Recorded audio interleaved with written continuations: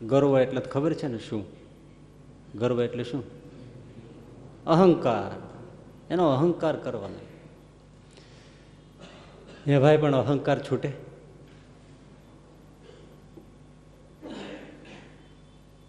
ખબર છે અહંકાર આપણને હેરાન કરે, અહંકાર આપણને પછાડે, અહંકાર વાત વાતમાં પ્રસંગ બગાડી નાખે, હાથમાં આવેલી બાજી બગાડી નાખે, દુખી દુખી કરી નાખે. અહમ તો એવી ચીજ છે. છતાંય અહંકાર છૂટતો નથી, ટળતો નથી. કેમ? બહુ વિચિત્ર છે.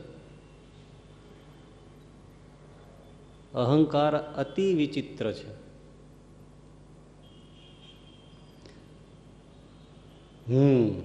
અહંકાર એટલે શું?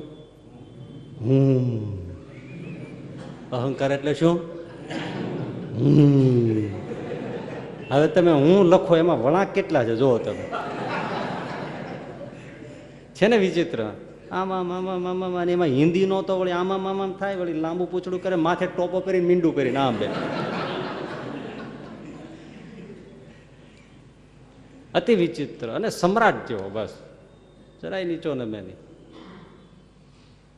કાળિયા કોશી જેવો. કાળિયો કોશી નામનું પક્ષી થાય છે, કાબરથી નાનું, ચકલીથી મોટું. એ હેઠું બેસે જ નહીં, કઈક છેલ્લી બાકી ઢેફ હોય તેના ઉપર બેસે,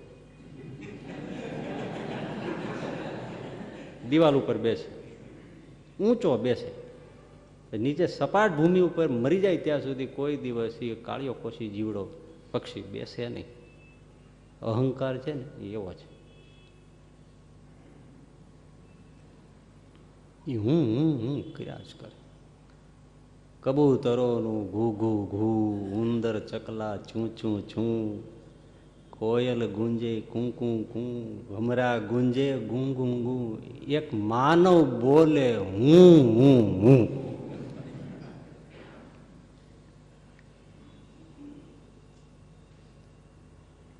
અતિ વિચિત્ર છે. એની વિચિત્રતા જાણવા જેવી છે. એટલે એ જો સમજાઈ જાય ને તો ખબર પડી જાય કે આ છૂટે જ નહીં. અહમ છૂટવો કઠણ.